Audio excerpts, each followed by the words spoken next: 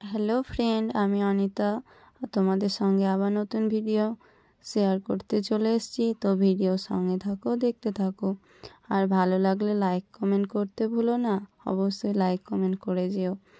আর এদিকে দেখো, কুল গাছটা অনেকটাই বড়, আর আমরা ছাদের মধ্যে উঠে বনে আমাতে কুল পাড়ছি। বোন ভিডিও ধরে আছে আর আমি এধারে কুল ঝরাচ্ছি। আর ঝরাতে দেখো ঠিকঠাকভাবে ভালোভাবে পারছিও না, তাও ঝরাচ্ছি। আমাদের এই সাইডে যেগুলো ছাদের মধ্যে আছে ওগুলোই ঝরিয়ে ঝরিয়ে পারছি। এগুলোকে আমরা এখন কুড়াবো।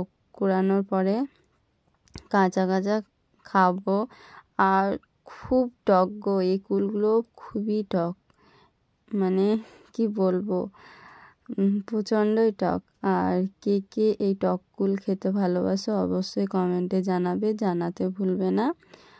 আর এই দেখো, এদিকে কুড়াতে গিয়ে তো আমার কাঁটা ভুকে একসার হয়েছে, প্রচণ্ড কাঁটা। কুলের কাঁটা তো ছোট ছোট ছোট ছোট অনেক, দেখো পিঠের মধ্যে ওখানে সব ডালগুলো ঝুলছে। আর নিচে থেকে গাছটা অনেকটাই বড়। আর এই দেখো, এদিকে অনেকগুলোই কুল কুড়িয়ে নিয়েছি আমি। আর কুল খেতে কে কে ভালোবাসো অবশ্যই জানাবে। কে কীভাবে খেতে ভালোবাসো, উলুক সুলুকও খাওয়া হয়, তারপরে এগুলোকে আবার কুড়িয়ে শুকাতে দিয়ে চাটনি করা হয় গুড় দিয়ে, আবার টক রান্না করা হয় অনেক কিছু দিয়ে। তো কে